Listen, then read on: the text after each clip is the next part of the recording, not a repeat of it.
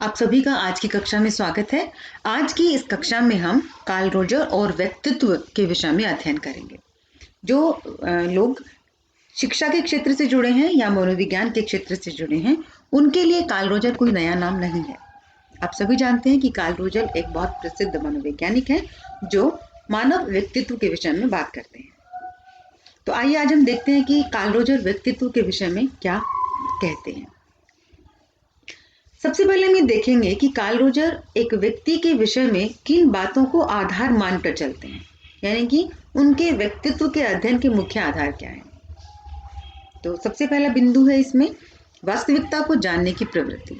Karl Roger ये मानते हैं कि हर व्यक्ति में ये स्वाभाविक जिज्ञासा पाई जाती है कि वो अपने बारे में जानना चाहता है। वो खुद क्या है, उसकी कमजोरियां क्या है, उसकी ताकत क्या है, उस सब चीजों की जानकारी पाना चाहता है। और ये जो अपने आप को जानने की प्रवृत्ति है, ये व्यक्ति को उसकी शारीरिक जो अवस्था है उससे उसकी मानसिक अवस्था तक लेकर जाता है। कहने का तात्पर्य ये है कि जो शरीर की जरूरतें हैं और जो शरीर की संतुष्टियां हैं, वहां से व्यक्ति अपने मन की संतुष्टियों तक चलेगा। यही उसके अपने सच को जानने की जिज्ञासा का आधार भी है कि क्यों जानना चाहता है, ताकि वो अपने बाह्य परिवेश से अपने मन के, अपने शरीर के भीतर के परिवेश को समझ सके। और कार्ल रोजर इसमें ये भी कहते हैं साथ में कि जो व्यक्ति जो स्वयं को जानने की प्रवृत्ति रखता है, इच्छा रखता है, वो आपके तनाव को हमेशा बढ़ाती है, व्यक्ति के तनाव को हमेशा बढ़ाती है। और यही जो जब अपने आप को जानने की प्रक्रिया में जो तनाव होता है, जो दबाव आता है, जो परेशानी होती है, वही आपको आगे की तरफ धकेलती है, ताकि आप अपने बारे में और भी विस्तार से जानें और भी गहराई से जानें। इसमें दूसरा बिंदु आता है जैविक मूल्य का, कि व्यक्ति के व्यवहार में, उसकी चिंतन में, उसकी सोच में, उसकी प्रवृत्तियों में मूल्यों का निर्माण कैसे होता है, वो मानवता को कैसे समझता है, या मैं कहूँ कि जो वैश्विक व्यवहार अभिक्रियाएं हैं उनको कैसे समझता है, उसके प्रति उनका प्रत्युत्तर कैसे देता है। ये इस बात पर निर्भर करता है कि उस व्यक्ति के अनुभव क्या है, सकारात्मक अनुभव और नकारात्मक अनुभव। इन दोनों को मिलाकर ही व्यक्ति के आधारभूत जैविक मूल्यों का निर्माण होता है। नंबर 3 इसमें आता है परिघटनात्मक परिदृश्य। परिघटनात्मक परिदृश्य में है कि हर व्यक्ति में ये प्रवृत्ति पाई जाती है, या उसकी इच्छा रहती है कि उसके आसपास का वातावरण जो है वो बेहतर हो, और व्यक्ति उस वातावरण को बेहतर बनाने के लिए लगातार प्रयास करता है। चतुर्थ बिंदु में आता है कि मानव के विषय में गैर ऐतिहासिक दृष्टिकोण। कार्ल रोजर्स ये मानते हैं कि मनुष्य का जो जीवन है वो 3 आयामों में चलता है, भूतकाल, वर्तमान और भविष्य, और आप इन्हें अलग अलग करके नहीं देख सकते। जब आप एक व्यक्ति के व्यक्तित्व को देख रहे हैं तो आपको उसका पूरा एक निरंतरता में उसको समझना पड़ेगा कि उसका भूत, उसका वर्तमान और उसका भविष्य काल, क्योंकि ये तीनों आपस में एक दूसरे के साथ जुड़े हुए हैं। और नंबर 5वां है कि मानव के विषय में संपूर्णता की दृष्टि। अगर आप ऊपर वाले 4 तथ्यों को समझ पाए हैं कि मनुष्य अपने आप को जानने की प्रवृत्ति रखता है, उस प्रवृत्ति में वो अनुभव प्राप्त करता है, वो अनुभव सकारात्मक या नकारात्मक होते हैं, जिससे व्यक्ति के जैविक मूल्यों का निर्माण होता है, और उन्हीं अनुभवों के आधार पर, उन्हीं मूल्यों के आधार पर वो अपनी परिघटनाओं का निर्माण करता है, उनको बेहतर बनाने का प्रयास करता है। और इसी क्रम में अगला जो बिंदु आता है मानव के विषय में गैर ऐतिहासिक दृष्टिकोण की, आप किसी व्यक्ति को एक विशेष खांचे में नहीं रख सकते हैं, आपको उसकी निरंतरता को समझना होगा। और इसी क्रम में मानव के विषय संपूर्णता की दृष्टि रखते हैं कार्ल रोजर, और कार्ल रोजर ने कहा कि आप किसी व्यक्ति को टुकड़ों में बांटकर नहीं समझ सकते।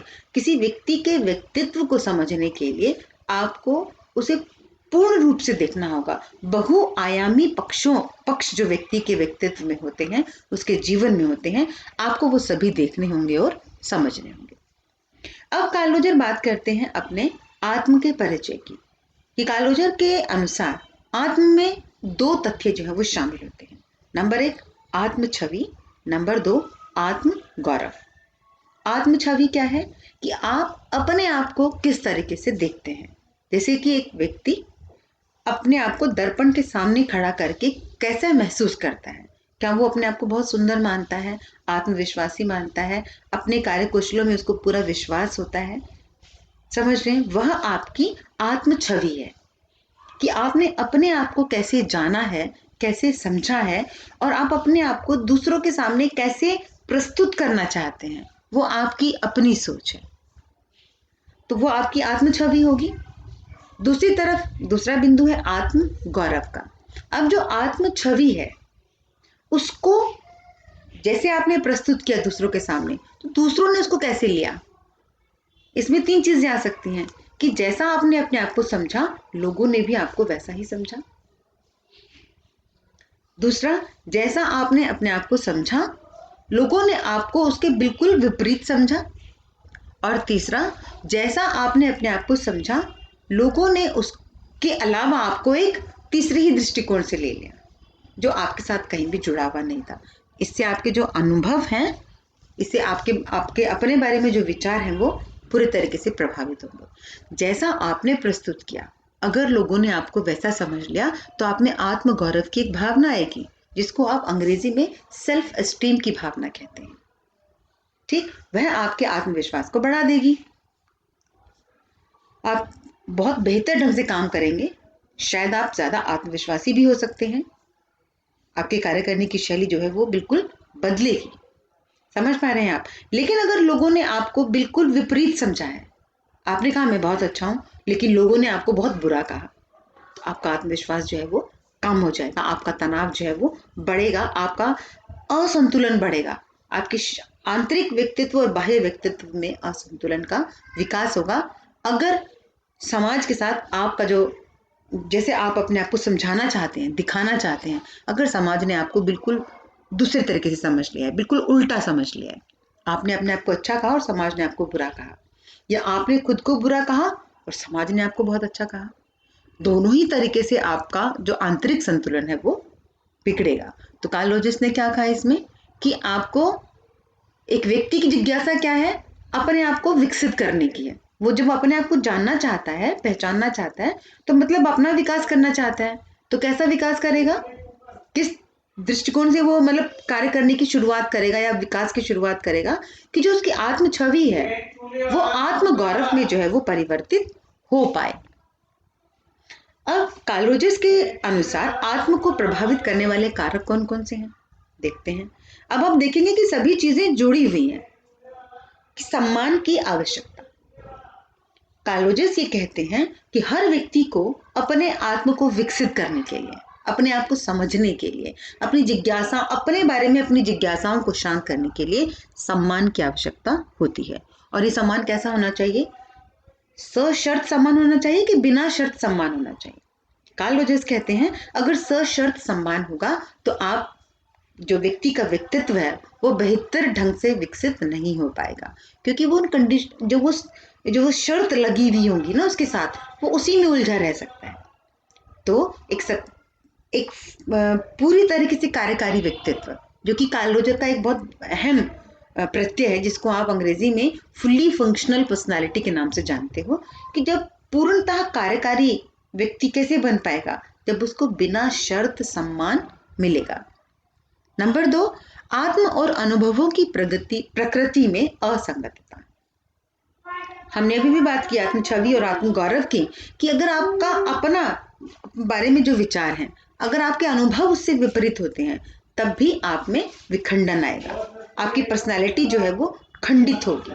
सुव्यवस्थित करने वाले दृष्टिकोण या विघटन करने वाला दृष्टिकोण, अगर आपके जो अनुभव हैं वह आपके संगत हो, यानी कि जैसा आप खुद को सोचते हैं, तो आपको वैसे वैसे अनुभव होते जा रहे हैं। आप अपने आप को बहुत अच्छा इंसान समझते हैं, लोग आपको बहुत सम्मान देते हैं और वो मानते हैं कि आप बहुत अच्छे हैं, तो आपका सकारात्मक अनुभव माना जाएगा। तो ऐसे में आपकी जो व्यक्तित्व है आपका, वो बहुत संतुलित होगा, बहुत जुड़ा हुआ होगा, व्यवस्थित होगा। लेकिन अगर लोग आपको अस्वीकार कर देते हैं, तब आपका अनुभव कैसा रहेगा, नकारात्मक रहेगा, जो आपके व्यक्तित्व को खंडित करेगा।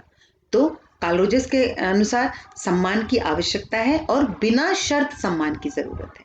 नंबर 2, आत्म और अनुभवों की प्रकृति में असंगतता नहीं होनी चाहिए, यानी कि आप आपका जो आत्म है उसमें और जो आपके अनुभव है उसमें एक समानता, एक संतुलन की जरूरत है।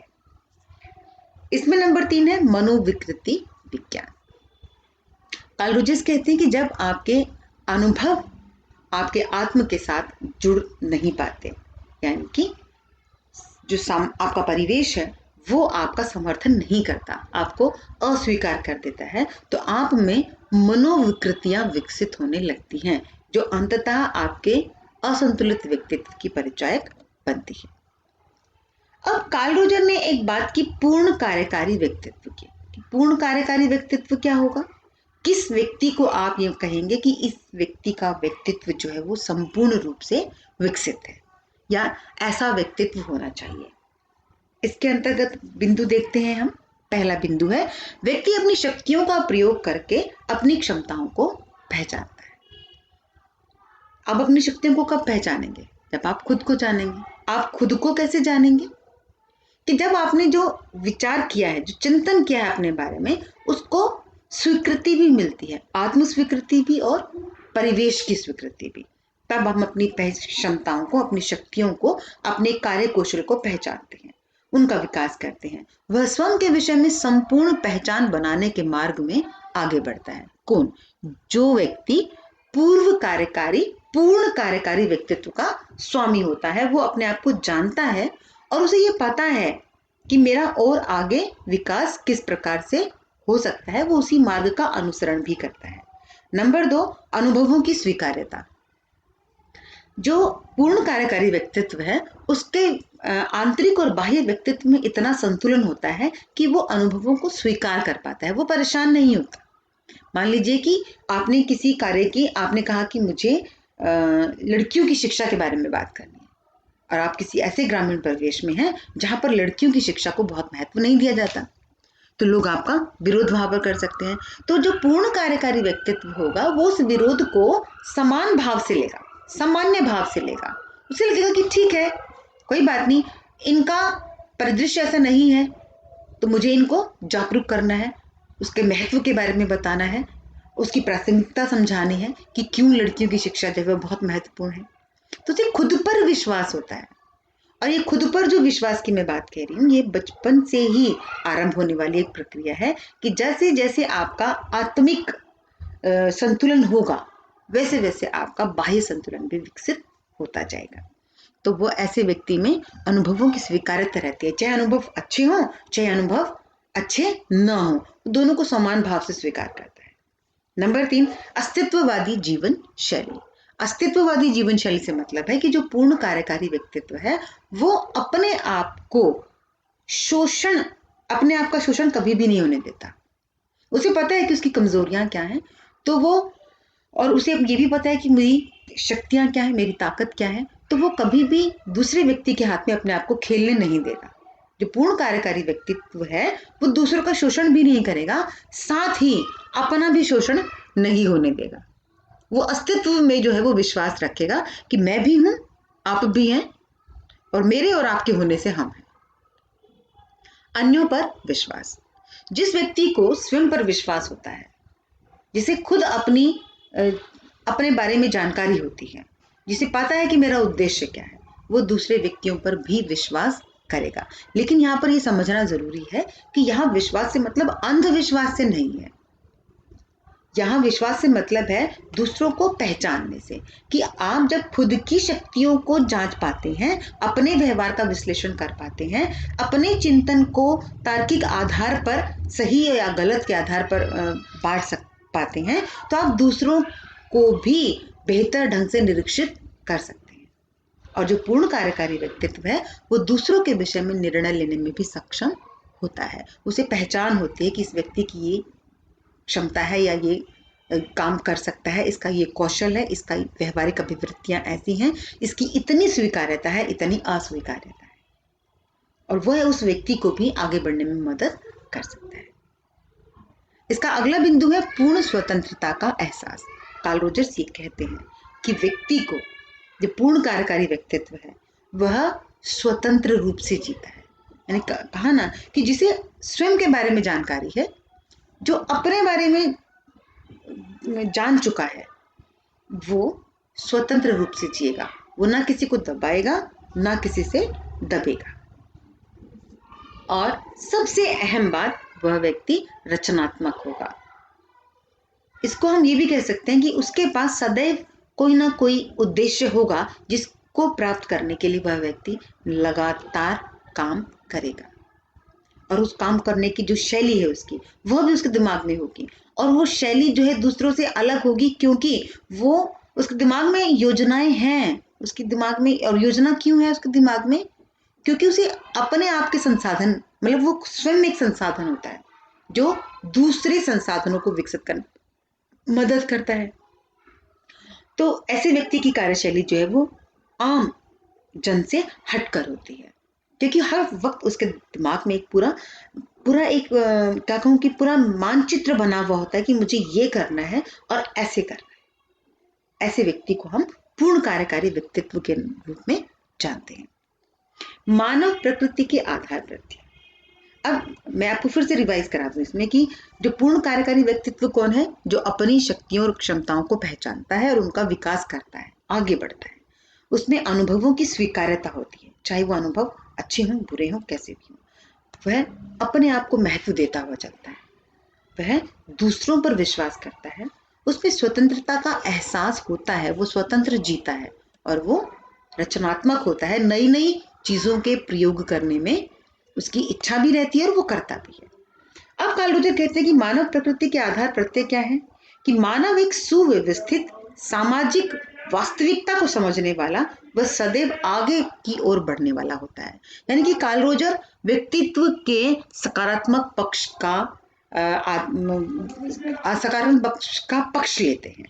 कार्ल रोजर ये मानते हैं कि व्यक्ति नेचुरल प्राकृतिक रूप से आत्मविश्वासी होता है, आगे की ओर बढ़ने वाला होता है, वास्तविकताओं को समझने वाला होता है, संतुलित होता है। ये तो परिवेश की परिघटनाएं हैं जो उसको असंतुलित कर देती हैं, पर मानव अपने आप में व्यवस्थित होता है। नंबर 2, स्वाभाविक प्यार, अपनापन, सुरक्षा आदि न मिलने पर उत्पन्न होने वाले असामाजिक भाव, नफरत व ईर्ष्या आदि। कार्ल रोजर्स ये कहते हैं कि अगर किसी व्यक्ति को प्राकृतिक प्यार नहीं मिलता है, अपने परिवार में सुरक्षा नहीं मिलती है, अपनापन नहीं मिलता है, और जो एक लगाव की भावना होती है वो नहीं मिलती है, तो ऐसे व्यक्ति में नकारात्मक अनुभव ज्यादा होंगे। अब फिर से पुनः हम इस बात को जानेंगे कि वो जो नकारात्मक अनुभव हैं वो व्यक्ति के परिवेश ने उसको दिए हैं। व्यक्ति ऐसा नहीं है, व्यक्ति जन्म से किसी को नफरत या ईर्ष्या नहीं करता है। तीसरा बिंदु है आधारभूत रूप से मानव सहयोगी, रचनात्मक, निर्माण करने वाला और विश्वसनीय होता है।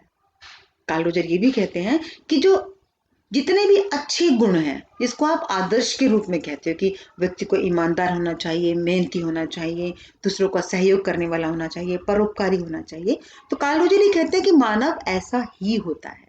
जन्म से मानव अच्छा ही होता है, वो दूसरों को सहयोग करता है, वो नई नई चीजों को करने के प्रयास करता है और उनसे कुछ ऐसा सृजन करता है जो उसके लिए और दूसरे व्यक्तियों के लिए उपयोगी होते हैं।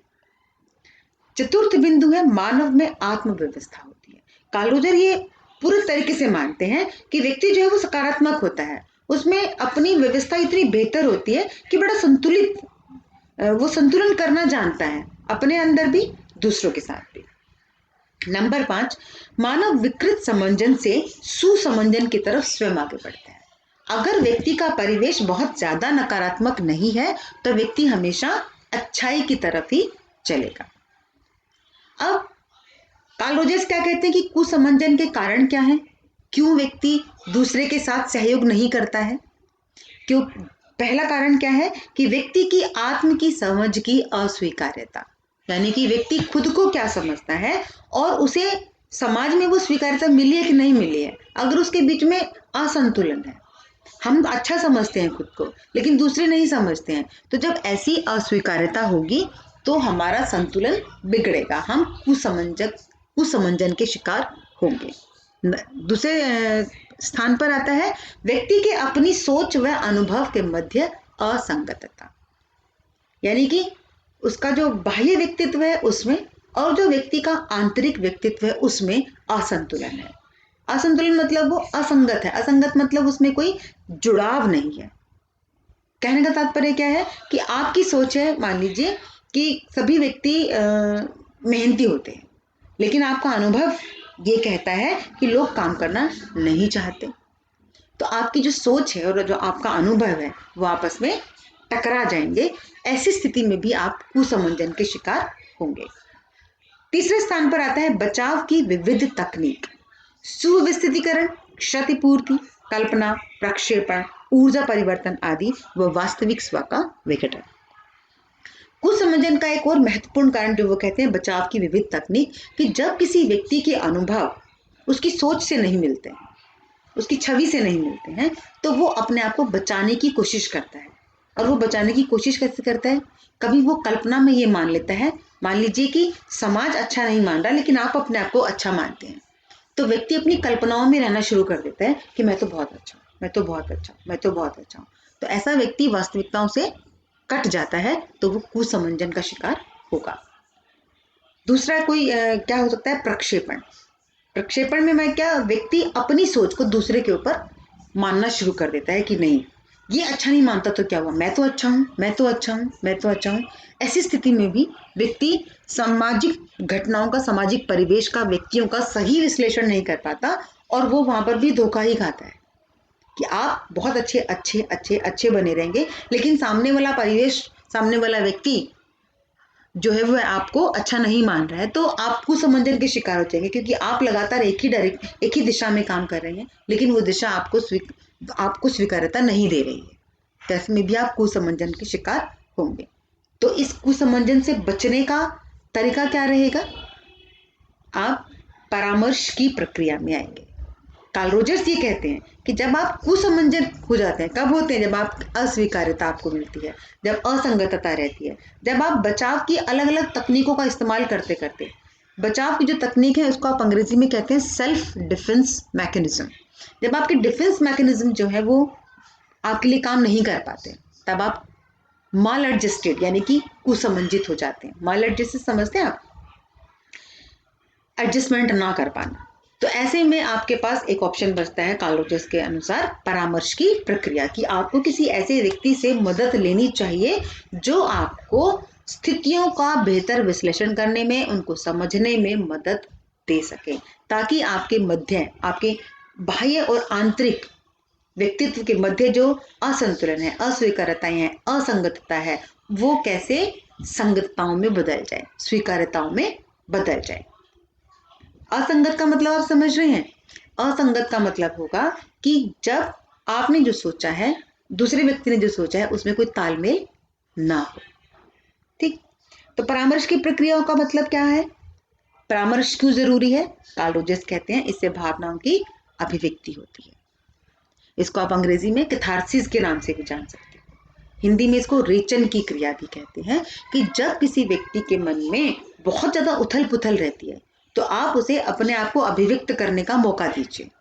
वो जितना ज्यादा अपने आप को अभिव्यक्त करेगा, उस व्यक्ति में उतनी ही स्पष्टता अपने आप आती जाएगी स्वयं में। तो परामर्श की पहली प्रक्रिया क्या हुई? भावनाओं की अभिव्यक्ति, यानी कि जो व्यक्ति कुसंयोजित है उसको ज्यादा से ज्यादा अभिव्यक्ति करने का मौका दीजिए। वो अभिव्यक्ति मौखिक भी हो सकती है या फिर अमौखिक, नृत्य, कला, चित्रकला, खाना पकाना, किसी भी प्रक्रिया में हो सकती है वो। दूसरा बिंदु है घटनाओं व अनुभवों के विविध पक्षों का अध्ययन मनन। परामर्श की प्रक्रियाओं में हम किसी भी एक मुद्दे को, किसी घटना को, किसी अनुभव को, किसी व्यक्ति के जीवन के विभिन्न पक्षों को अलग अलग करके देखते हैं, उन्हें समझते हैं और उनके बीच में एक साम्यता स्थापित करने की कोशिश करते हैं, एक निरंतरता स्थापित करने की कोशिश करते हैं, जिससे उस व्यक्ति को संतुलित होने में मदद मिलेगी। तीसरा बिंदु आता है आत्म के विषय में संवाद। परामर्श की प्रक्रिया में एक बहुत महत्वपूर्ण तथ्य है कि आप जो कुसंयोजित व्यक्ति है उसको अपने बारे में बात करने का मौका दीजिए। आप उसे अवसर दीजिए कि वह अपने दृष्टिकोण को स्पष्ट कर पाए। वो क्या सोचता है, वो क्या समझता है, वो किस तरीके से चीजों को लेकर चलता है, किस तरीके से काम करना चाहता है। जब वो इतनी बातों की अभिव्यक्ति करेगा, तो जैसे वो भावनाओं की अभिव्यक्ति है, आत्म के विषय में संवाद में वो क्या होगा कि वो दूसरे लोग उसके बारे में क्या समझते हैं वो ये भी बताएगा, और वो खुद अपने बारे में क्या सोचता है वह भी बताएगा। तो दोनों पक्षों को आप समझ पाएंगे, और जब हम दोनों पक्षों के बारे में बात करेंगे तो जो संवाद की स्थिति है वह भी व्यक्ति को संतुलित होने में मदद करेगी। चतुर्थ बिंदु इसमें आता है संकुचितता से बाहर समस्या के साथ संबंध। कि जब आप इतनी भावनाओं की अभिव्यक्ति कर चुके होंगे या फिर किसी भी मुद्दे पर इतना ज़्यादा विचार विश्लेषण चिंतन मनन कर चुके हैं, तो आप उससे बाहर आ पाएंगे। बाहर आने का मतलब क्या है, आप उसको ऊपर से देख पाएंगे। अब वो जो इतना ज़्यादा विचार विश्लेषण होगा ना, विचार विमर्श होगा, वो विचार विमर्श आपको उस समस्या से ऊपर उठा देगा।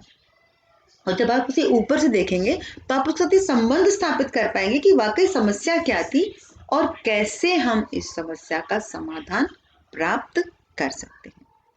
और अंततः आप असंगतता से संगतता की ओर चलेंगे, यानी कि साम्यता की ओर चलेंगे। यानी कि जो चीजें आपकी मिल नहीं रही है, जहां पर अस्वीकार्यता है, जहां पर असंतुलन है, क्या उनके मध्य में कोई पुल हो सकता है? अगर वो कोई पुल हो सकता है आपके बीच में, तो आप उस पुल के निर्माण का प्रयास करेंगे, समझने का प्रयास करेंगे, तभी व्यक्ति के व्यक्तित्व का संतुलित विकास हो पाएगा और व्यक्ति जो है वो पूर्ण कार्यकारी व्यक्तित्व में परिवर्तित हो पाएगा। आज की वीडियो में इतना ही। अगले वीडियो में हम कार्ल रोजर के संबंध में जो अन्य बिंदु छूट गए हैं उनके बारे में बात करेंगे। तो आप अपना ख्याल रखिए। नमस्कार।